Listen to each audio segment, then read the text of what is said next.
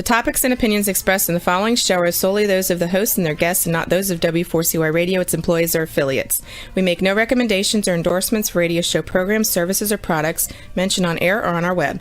No liability, explicit or implied, shall be extended to W4CY Radio or its employees or affiliates. Any questions or comments should be directed to those show hosts. Thank you for choosing W4CY Radio.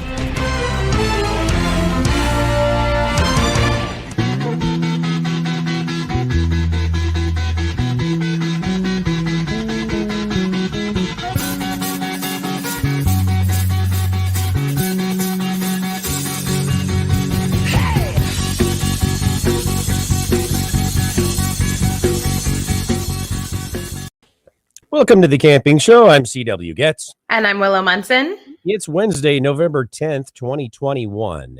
And we have, check Mr. Computer Screen, 52 degrees. And it is very cloudy here today. Spitting rain. Feels like fall. You'd love it here, Willow. You like the rain or no? I do. I mean, not every day, but I can appreciate a good rainstorm. Well, today was just a mist storm, and it was very windy and very, I should say breezy, not windy. But it was just spitting all day. It was just like one of those hazy, yucky fall days that I love so much. And I know you do. I'm being sarcastic, but I think you do like those. I kind of do. I mean, I prefer the sun, but we had 70-degree weather here. It's fall. Really? Yeah, so it was really lovely. And the sun was out, and it was blue, and all the leaves are still in the trees up here. So it was really gorgeous. Now, see, I could take that. That would, if that's your picture of fall, I like that picture. But my picture of fall here today, not so much. Not so much. Well, tonight's episode is brought to you by Campground Views, making camping easier. Also by Rutabaga Paddle Sports, providing time on the water. Tonight's episode is Winter Kayaking with our special guests, Colin, Kemp, and Dan Bowers. Willow, could you tell us a little about Dan and Colin, please? 34-year-old manager and buyer for Rutabaga Paddle Sports in Madison, Wisconsin, Dan Bowers is a well-known figure in the whitewater paddling community. Having been drawn to the sport over 10 years ago, Dan is a certified sea kayak guide and has guided many trips in large bodies of water, including Lake Superior. Dan considers himself extremely fortunate to have discovered paddling, and specifically whitewater paddling, which has taken him many places over the past decade, providing a great deal of fulfillment in his life. 44-year-old director of sales for Jackson Kayak, the #1 manufacturer of whitewater kayaks in the world, Colin Kemp has been involved in paddling for over 3 decades. Initially, Colin began competing in slalom-style kayaking before transitioning into other styles, including freestyle. Then, in 2011, Colin made the U.S. national freestyle team, representing the United States at the World Championships, proudly earning 4th place in the squirt boat category. More recently, Colin continues to compete and participate in Reno River Festival, as well as others. Well, with that, welcome to the show, Colin and Dan. Welcome, guys. Good afternoon, everybody. How are you doing? All right, we were talking, wait a minute, Mustang's a 774. I put my snow tires on today. We had 7.5 inches of snow last Friday. Crazy. Well, yeah. We had a 42-inch storm here in the Sierra already, so I can relate. Oh, I feel like Dan's ready for that snow. No. Well, you look prepared. You guys have worse weather than we do, so I'm waiting for it. Willow's going to get the last of it. She's going to be the last one to get that stuff. Hey, we were talking about something before, because this show is all about entertainment and information and education, right? So, what is the latest? You guys had kind of a bad day, it sounds like, with experience here with all this stuff going on with this cargo. Supply chain management. Yeah. Tell us what's going on. Willow, we're going to hear about your day, too. We might as well. I mean, oh, my goodness. What's the supply chain thing? The latest condensed version is that with the beginning of COVID, everyone has been driven to the outdoors, which is a great thing. But having said that, as the demand's gone up and we've ramped up our manufacturing to try to support it, just like a lot of our competitors, we order our parts, we order our supplies, and they're not all getting to us on time. And that is the challenge, to say the least. Yeah, they lost a container of boats. boats, parts, you name it. No one's immune. We're all in that same proverbial boat on this one for sure. I gotta agree with you. How do you lose a container of boats? You know, Well, you've read the stories about containers of shoes and things like that floating in the ocean or sinking. I think you lose them amongst falling. other containers. That's the obvious answer. Yeah, about 7,000 containers per freighter, usually something like that is what I believe. Yeah. Wow. So you gotta tell a story on that. So I have a friend who shall remain nameless, but he reps a ice fishing company, and apparently in the beginning of all this stuff, his winter product was on a overloaded boat coming overseas, and they hit a storm, and the decision on that boat was they need to lose weight, and so one of his containers went to go meet the fishes before it was supposed to. Dude, so it's not just backed up at the ports; it's all over the place. Who pays Colin, for that? you're kind of. Oh, sorry.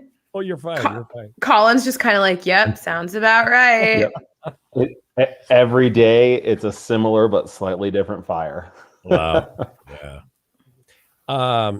Willow, did anything suck about your day today, or you had a good day? I mean, in comparison, no, but I just kind of had your basic, boring college student life day, work all day, expect to do more work tonight.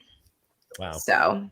Hey, and by the way, Mom and Dad, Willow's mom and dad, she's not eating ramen noodles. She's eating healthy things. I saw that. Just so they know. Yeah. Well, I'll let you go ahead with the first question, Willow. Yes. So why, I mean, kind of the obvious question is, why would anyone want to go paddling in the winter? Why wouldn't you want to kayak year round? Yeah. I guess we'll have to get to the stab of the question is if you do have to experience winter, why would you want to do it? And I think there's a lot of easy answers, but the answer that really hits that is that it brings a different environment, a different challenge, but also it's a different canvas to find yourself paddling in. And all the things that you love about going on a walk during winter, it's quiet, you just hear the water, but also just the beauty that snow can bring, or ice in that regard, to the landscape that you're in. Considering whitewater, in a lot of places, that's when rivers flow. For example, here in the Midwest, some of our best whitewater experiences are when there's snow on the ground, especially in the South Shore of Superior, the North Shore of Superior. That's usually when you get your best runoff, your best water. And if you're not willing to go in winter, you're never going to experience it. Better than spring, you're saying? Better than spring? Sometimes depends on when spring's hit. Yeah. Well, I mean, but the whitewater part, I mean, you get, really. Wow. And to Dan's point, like where we are in the Sierra, you can get winter storms that come in that above a certain elevation, it's snow, but it rains down low. So certain really choice runs run more frequently in the winter, whereas you can catch them in the spring runoff. But depending on the snowpack over a year, if you don't take advantage of the winter storms, you're going to only deal with a fraction of the potential time that run can go in the year. Because if it's a low snowpack, you don't get a lot of runoff in the spring. Yeah. So the window of opportunity narrows, right? And also another thing here, is we get some pretty wind events that come with our storms, and so we get a really unique opportunity to surf ocean style waves in Lake Tahoe. And we're talking 6 to 8 foot tall waves sometimes. So that doesn't we don't get that kind of wind typically in the summer. So you don't get the shaping up of the waves when it's warm, unfortunately. Yeah.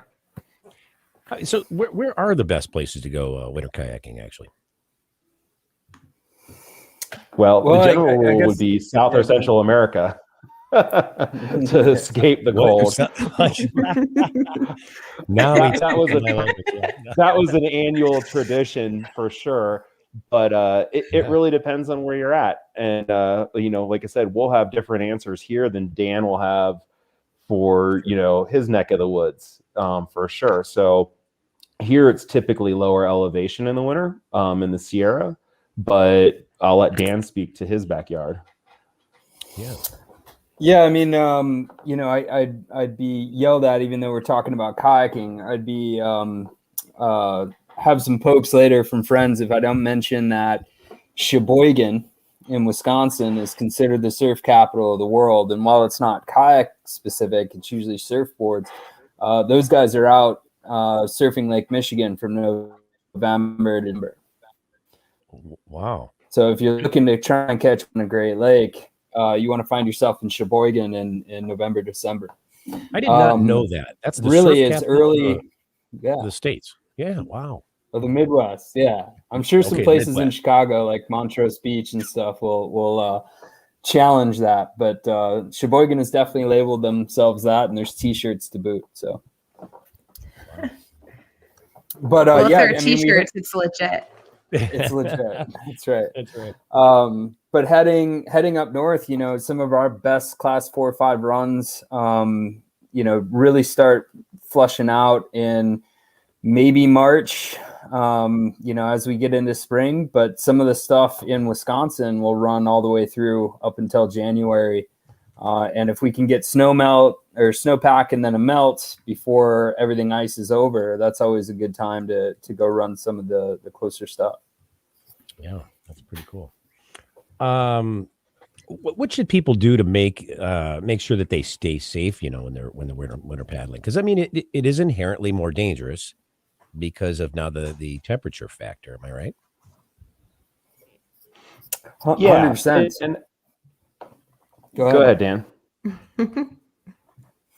Ultimately, there's tons of things that you should do, but really, it's the best advice is to kind of take a step back and realize that you're dealing with another hazard, whether it be canoeing a calm body of water right as the first snow hits in December, or charging after that class 4 run that you've been trying to get yourself on. There are different challenges that kind of add up, and the best thing to do is take a step back and realize that. And then get your gear in line. Oh, yeah, absolutely. Anything else to add to that, Colin? Yeah, it's also a time to make sure you're being additionally careful about choosing your group. The way we look at it is you're protecting yourself as well as your partners, and you're not going to try to step outside of your boundaries as aggressively when you have additional variables that complicate the equation. So small steps with the correct group and so on is a really big way to work with it. And then as we get into gear, we'll talk about additional safety things, dressing for the swim, and certain rules that apply when we start looking at colder temps with water and air. Let me ask you a question. Would you say then that winter kayaking may be more dangerous than any other season of the year, or maybe just equally, but dangerous in other ways? You don't really change the dynamics of paddling, but there can be additional hazards due to water freezing, creating ice shelves, things like that wouldn't be in play during warm months when the water is not solid.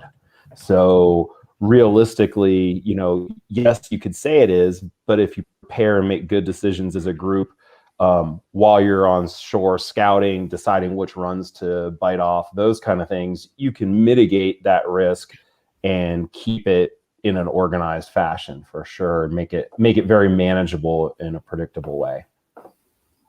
Yeah, there's always hazards when you go out and paddle that you need to consider, and we'll maybe add to that list or change part of that list. What I would say specifically is knowing your limits and knowing your gear is important for every day you go paddle, not just winter.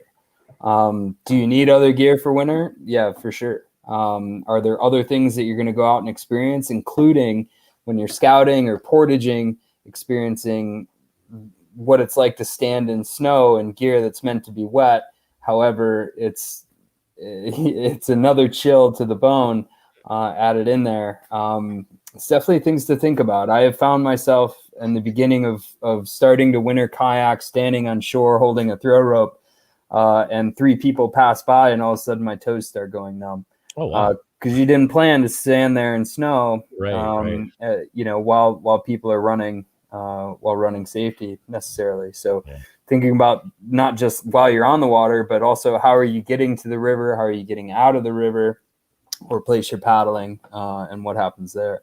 I want to circle back for our Midwest folks and talk really quick about a fun place to go paddle that you have to go experience, because they're shutting it down. But if you haven't heard of Lake Columbia in Wisconsin, go Google that, go check it out. It's actually a cooling reservoir lake for a dam, or for a power plant, that's coal powered. And so year round, that water is like 75 degrees. Nice. And so if you go paddle that midwinter, obviously be careful, dress for the air temp, maybe not the water temp experience.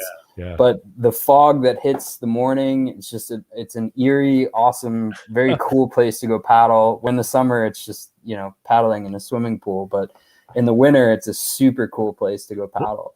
What's the name of that place again? Lake Columbia. Lake Columbia. And where is that actually located near? North central Wisconsin. It's only about a few hours north of Madison.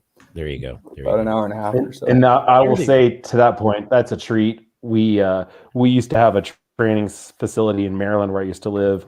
That was the outflow for a coal-fired power plant. So same thing, 75-degree water in the summer. Wow. Or sorry, in the winter. But the water would be in excess of like 90 degrees in the summer. So you didn't really want to be in it. And one thing to extrapolate on what Dan was saying earlier is you should practice with your gear. Taking your skirt on and off, or manipulating your throw rope for setting safety. If you're not accustomed to doing that with gloves on or whatever your preferred hand coverings are, you know, you'll find out real fast that that's not the same. And you'll find out that things like mittens might be suitable for play boating, but not a great call for creek boating and things like that. So that's some really interesting information. Do you have any other techniques that you would recommend paddlers learn before going winter paddling for the first time? You know, all the same kind of core things apply. You know, you want to be confident with your role, self-rescue, group dynamics. But a funny, odd thing I know from a friend who grew up paddling whitewater in Maine was that most of the community up there would travel around with a Costco-sized tub of Vaseline to rub on their face for covering exposed skin for cold water and wind to help with that. So I don't know if that's so much of a technique for paddling, but more of like a good technique for survival for the cold temps. Definitely.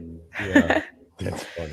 You know, I like to tell, I'm sorry, Willow. No, go ahead. I do really like to tell new paddlers that go out and paddle that whether your choice is to kind of go with a wetsuit or a dry suit or the various gear that are out there, that before you get into something, you should probably test it out. And so I like to say at the shop, when you buy a dry suit, you know, the first time, like, hey, let's put it on and go jump in the lake as a joke. But it's not a joke. Go put it on, put yourself, submerge yourself, know what that's going to feel like, know what it feels like when your dry suit's full of air or your wetsuit is not covering certain parts of your body, or understand its thickness and its limits. You should do that before you put yourself in a boat, and you should do that before you travel to go paddle. So you should understand your gear, and how you do that is by immersing yourself and in a controlled environment where you're comfortable. You can get out, get some tea, change some clothes, assess the situation, and then make sure when you're in the field paddling that you're as comfortable as you can be.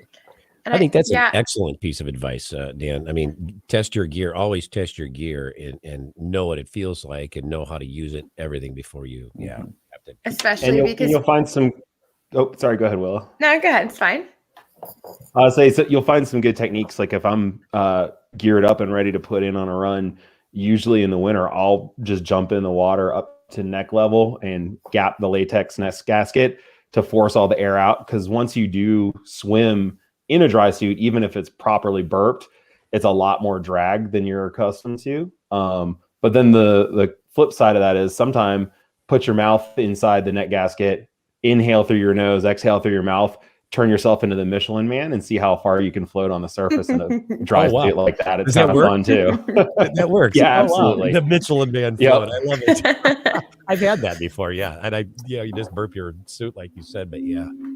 No dry suit company guarantees a particular way of floating when your suit's full of air. Just so you know, it's not like a life jacket rolls you over on your stomach or your back.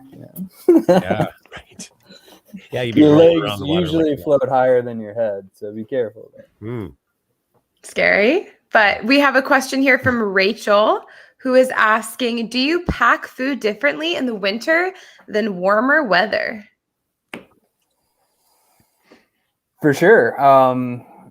There's a lot of things to consider, and altitude is always, let's say you're looking at cooking, you're doing a longer day trip and you have to eat lunch.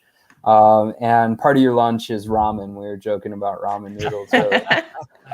But just like elevation, cold can affect boiling point of water. So, if you have to cook something, know that it's probably going to take a little more time or a little more effort into get boiling water if that's what you need. But, the big thing is bringing comfort to that moment. So, packing warmer foods or foods that aren't bricks if they're cold inside your kayak, and that's when you need to eat them. Cliff bars go in my dry suit, as an example, as opposed to on the outside of my vest, which sometimes gets iced over, etc. So keep that in mind. If you don't want to chew on an icicle on your lunch break, you should probably keep that food in a warmer spot. Yeah. You wear some of that inside then, so it stays about body temp then. Yeah, definitely.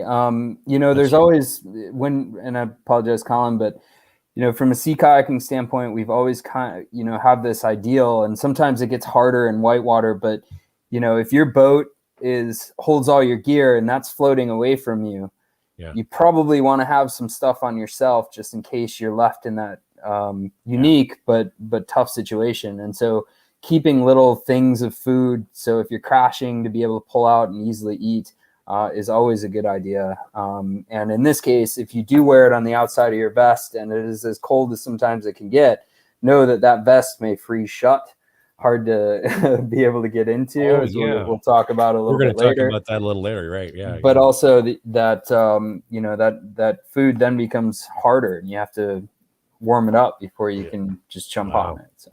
But Colin had a tale there too.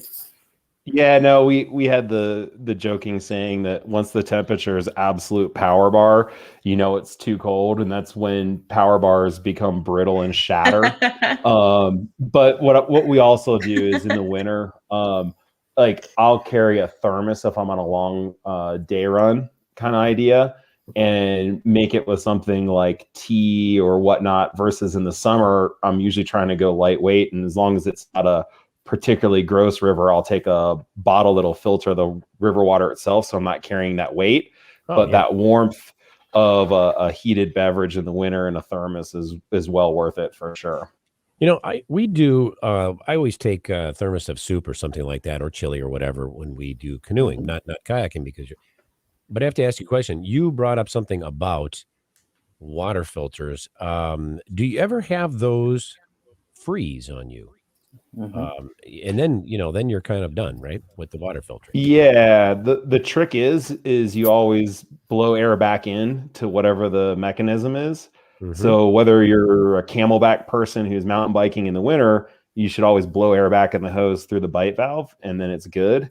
And with the filter system I use, there's two that I've done. One has a mouthpiece that you can blow air back in, and the other one is more like a French press, the way it works. Okay. So as long as you take that one out and just give it a big shake to knock any bulk water out of the filter, then that one's great. You don't have to worry about it too much.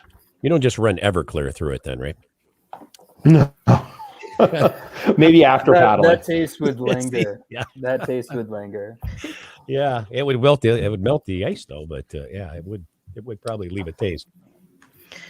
So when you guys get wet and the temperatures are below freezing, does that present any issues with the functionality of your equipment or clothing? 100%. And if this is a later topic, I apologize, but there's a funny video, and I apologize, I could not find it for this event. I tried, but there's a video of me and my friends punching each other to try and loosen up our gear so we can take it off after a day of paddling. You get cheated in ice, and this slows down function of carabiners.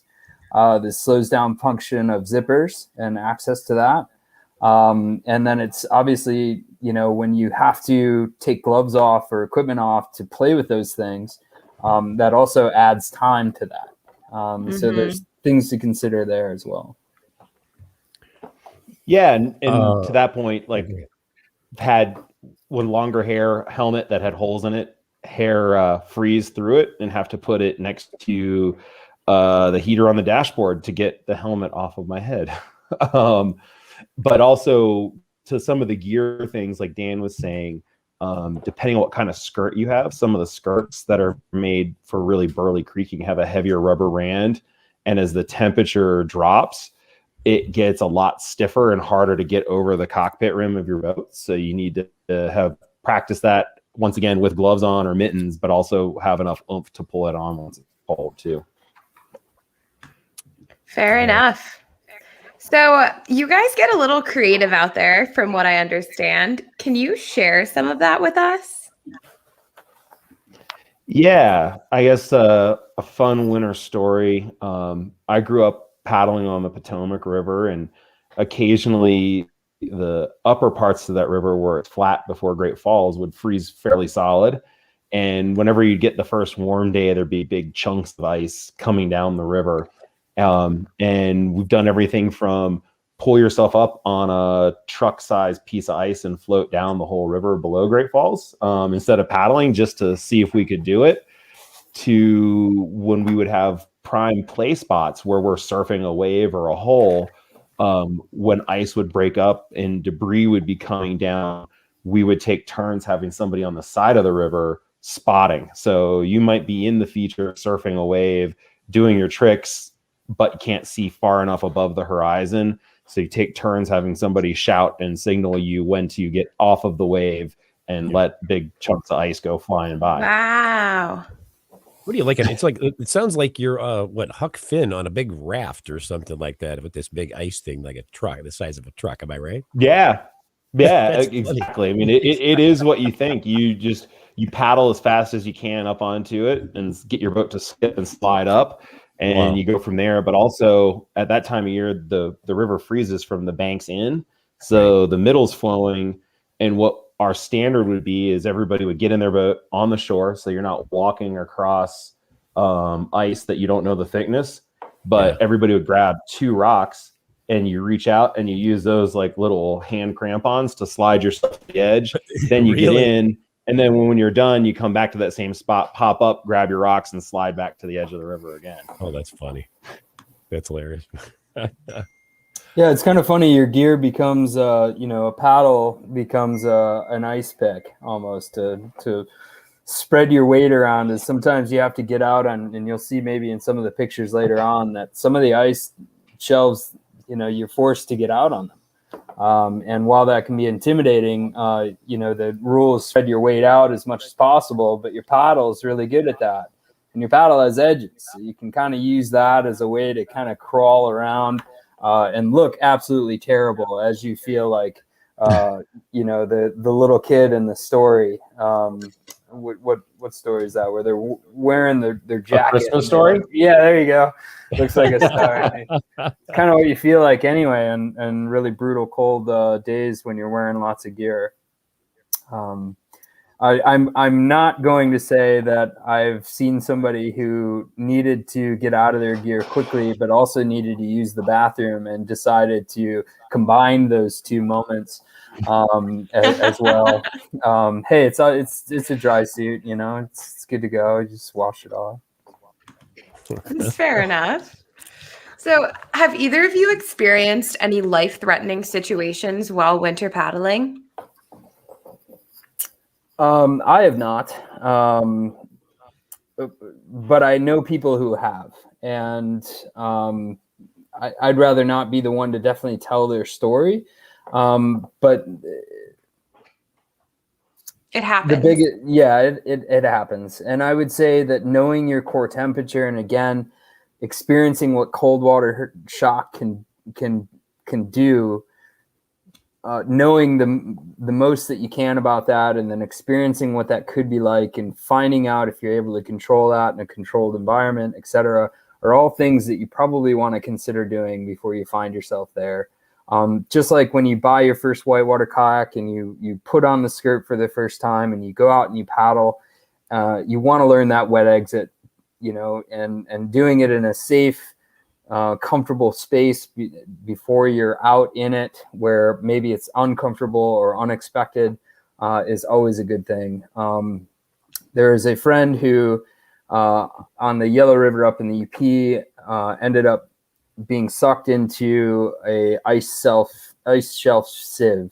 Wow. Luckily enough, he came out of his boat and came through and underneath. But that was a very scary story to hear about after the fact. I was not there, so I don't want to expel upon it any further, but it's definitely possible. I have been with clients on Lake Superior where hypothermia starts to happen. But that's even in summer and fall, when the wind temp is gorgeous, but the water temp is 50 or lower. Yeah. And if people spend, more than 5 minutes in that lower water temperature, hypothermia can start to set in. So I've been in those situations, but nothing truly life-threatening yet. Wow. And scary stuff. I personally haven't had an additionally scary experience in the winter, but I think that also comes back to what we said before, being honest about your skills, your group skills, and making conscientious decisions before you put on how hard you're going to push. And the thing is, you got to remember that maybe one group, like when I used to live, like I said, back on the Potomac, we ran Great Falls every day. Choosing the water levels, but still running at easier water levels was very par and within our grasp. It doesn't mean that someone who maybe was a good boater, but had never been on it, not done it thousands of times, that might not be the right time to step up to that for your first time.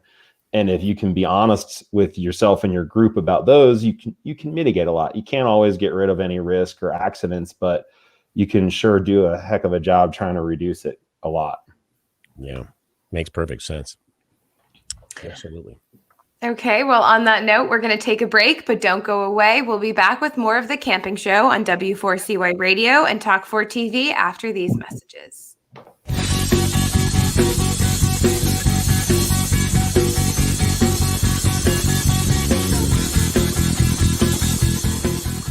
It's time to go camping.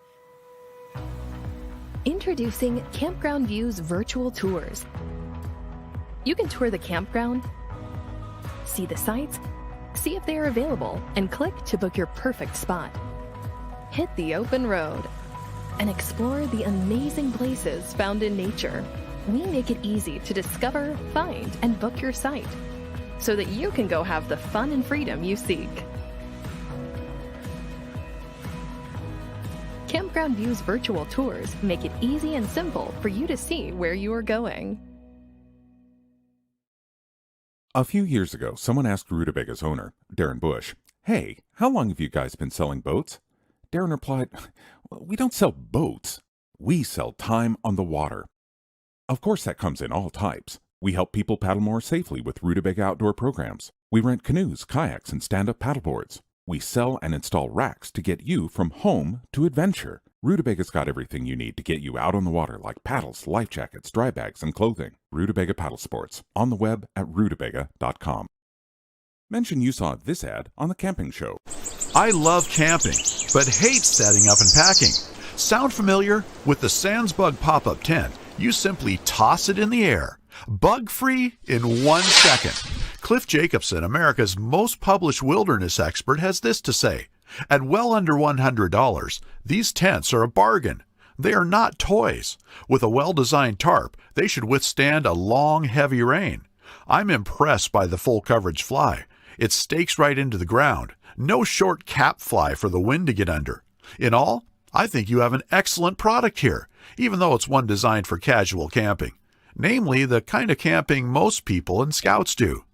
The SansBug has been used by the U.S. and Canadian military, disaster response volunteers in Haiti, ecologists in Madagascar, and doctors in the Amazon. SansBug, the quickest tent you've ever pitched. Find us on sansbug.com.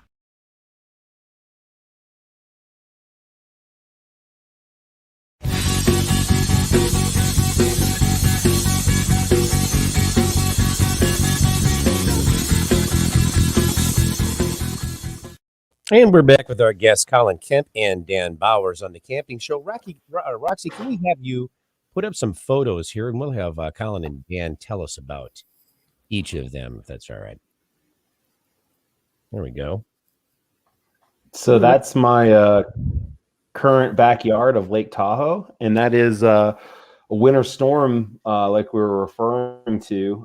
So we'll see as the storm rolls off the Pacific, a bunch of wind before the snow starts, and usually like temperatures in the 50s. So there'll be a big plummet temperature with it, but the lake's big enough that waves are a matter of fetch. It's just wind distance over water, and it's a big lake. So in that case, we're probably looking at 4 to 6 foot waves that day, and just great surfing. And it's kind of a novel thing because usually when you surf waves like that, it's salty, but it's super clear and fresh and nice to go. So just a really different experience, just a different way to paddle whitewater. It's always where you find it.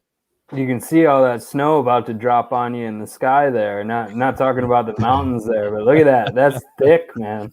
Wow. Yep. Oh, that's me on the Peshtigo. So that's an example of the thickness of ice that used to cover the river.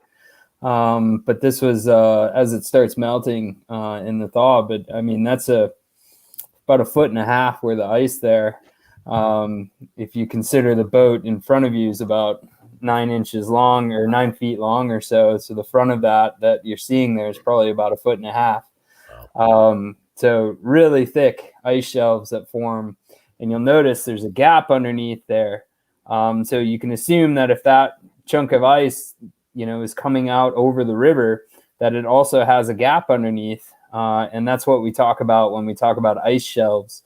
And there may be better photos going forward, but ice doesn't complete the ground, it freezes over it, or ice doesn't complete the river, it freezes over it. So sometimes there's gaps, there's space, there's things underneath and pockets that you don't want to find yourself in. But isn't that gorgeous to be able to see that thickness of ice? It's pretty cool. It is cool.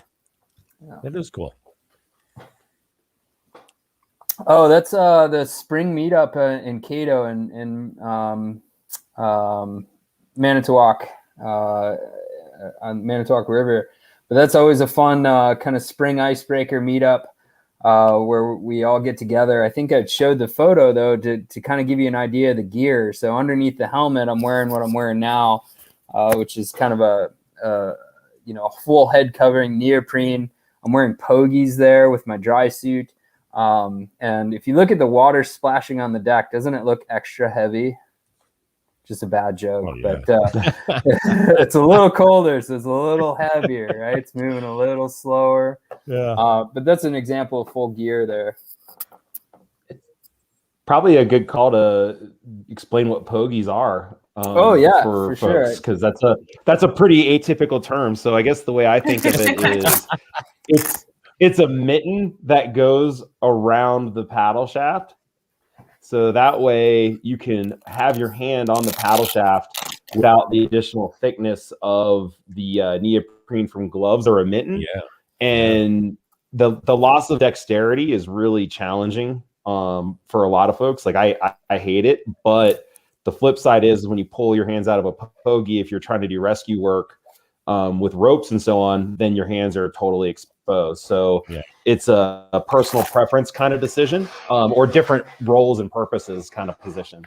That's interesting. Thanks for showing us. That's a great show and tell piece, because I mean, I've never seen one of those. I've never even heard of that before. Well, probably most people are familiar with them with biking, especially in the Chicago area. For those folks that have to commute, you've probably seen them for people that bike, and Okay. it's the same idea. You're putting your hands in a warm space that's maybe not keeping water out, but it's trapping air, or in the bike's case, blocking air, and just giving you a warm space to be. And if you can find them with, there's a lot of companies make them, but NRS has this inside fleece, so you can see how fuzzy it is. Nice. I sweat most of the time wearing these. And when I'm even colder, we'll switch to like a mitt. So just like downhill skiing, or cross-country skiing, you have an option. Do you want 5 fingers separated, which is colder? Do you want like a lobster mitt? Or you want a full mitt? And the mitts are always going to be the warmest, but you lose a lot of dexterity. It's hard to grab things. It's hard to touch things in mittens and be exacting with anything. So you got to choose your gear wisely there. Kind of a trade-off. Yeah. Yeah. All right. We got some more photos, or is that the end of the photos? Oh, there we go. Yeah. Thought we did. Oh, and another gorgeous photo also on the Peshtigo up north. Gosh, that the ice thickness there is just absolutely stunning. And so, we talked about in the beginning of this, why go winter paddling? Well, it's right there. It's absolutely gorgeous. Yeah, it is. Time to be out. And typically, when you can go out after a first snow, when there's still a little humidity, all that snow kind of sticks to the trees. So imagine that behind you there while seeing these ice shelves or snow on the ground. And it's just absolutely gorgeous.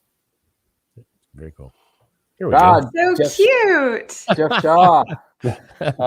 Where's Jeff Shaw? Hopefully he's watching. An example, there's your bank there. And so we had to crawl out of that bank because the bank is actually where our feet are standing.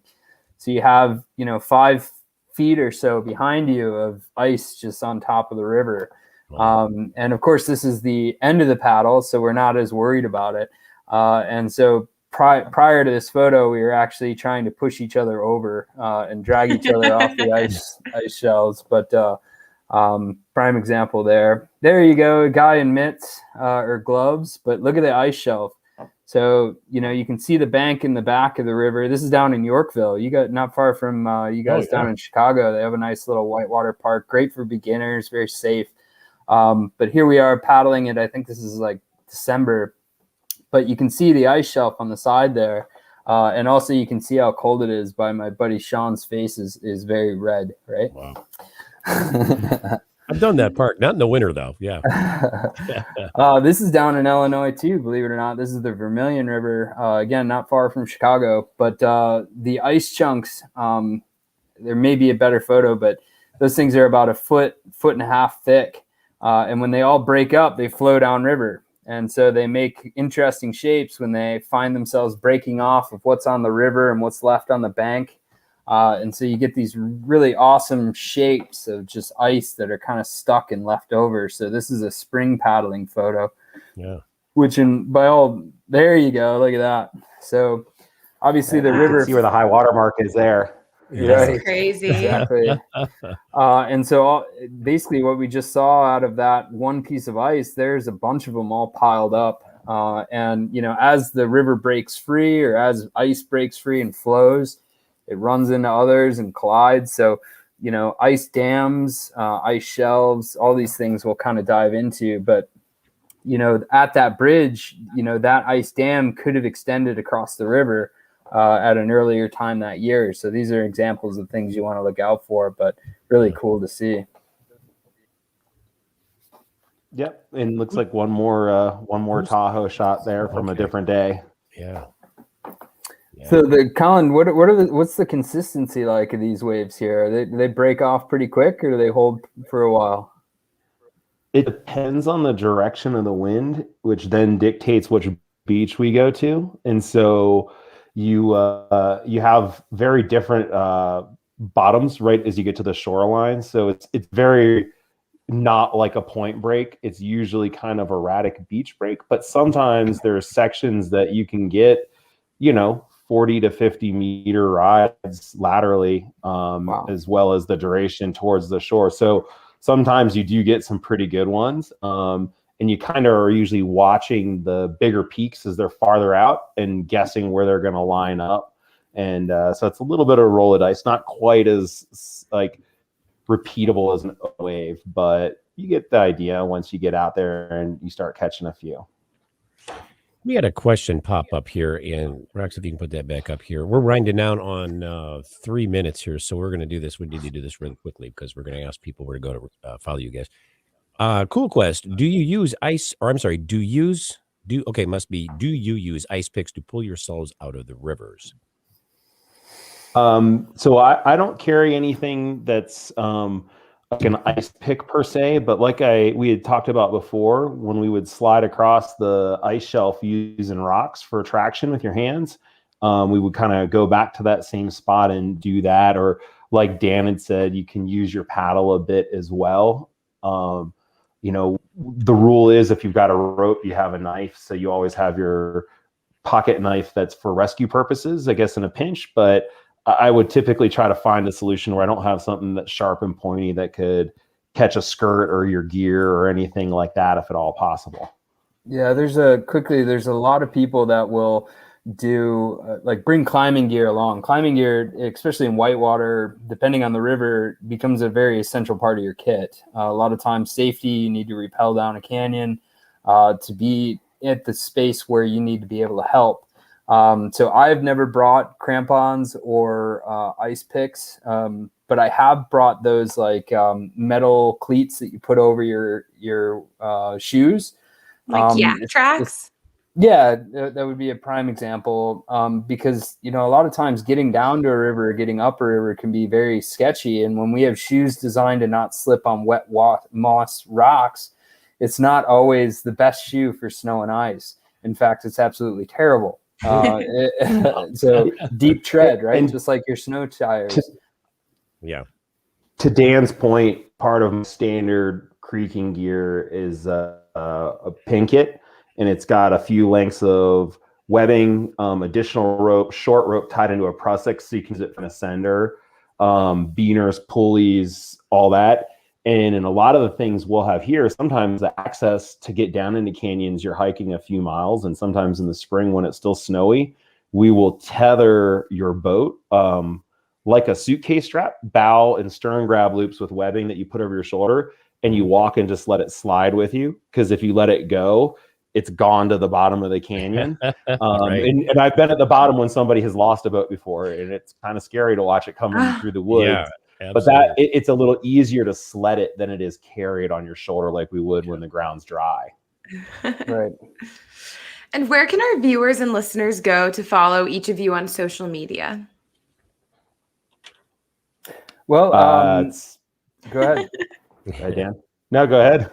So my personal Instagram is b.o.w _ body of water. If you type bow body of water, you'll find me there. Otherwise, Dan Bowers on Facebook. It's private, you know, as you go to it, but please follow me. Get on there. I don't want it all like just there. So please send me a friend request, shoot me a message. I'm happy to answer any questions that you guys have about cold water paddling. Or contact me through Rutabaga, which is just as awesome, www.rutabaga.com or Rutabaга's Facebook. And let's keep the conversation going. I'm very adamant to try and help people get out there and paddle more often, and especially be safe while doing so. That's great. It's great, Dan. Yep. And it's just Colin Kemp for Facebook for me. And at Instagram, I believe it's Colin _Kemp. And then you can find Colin _G _Kemp. And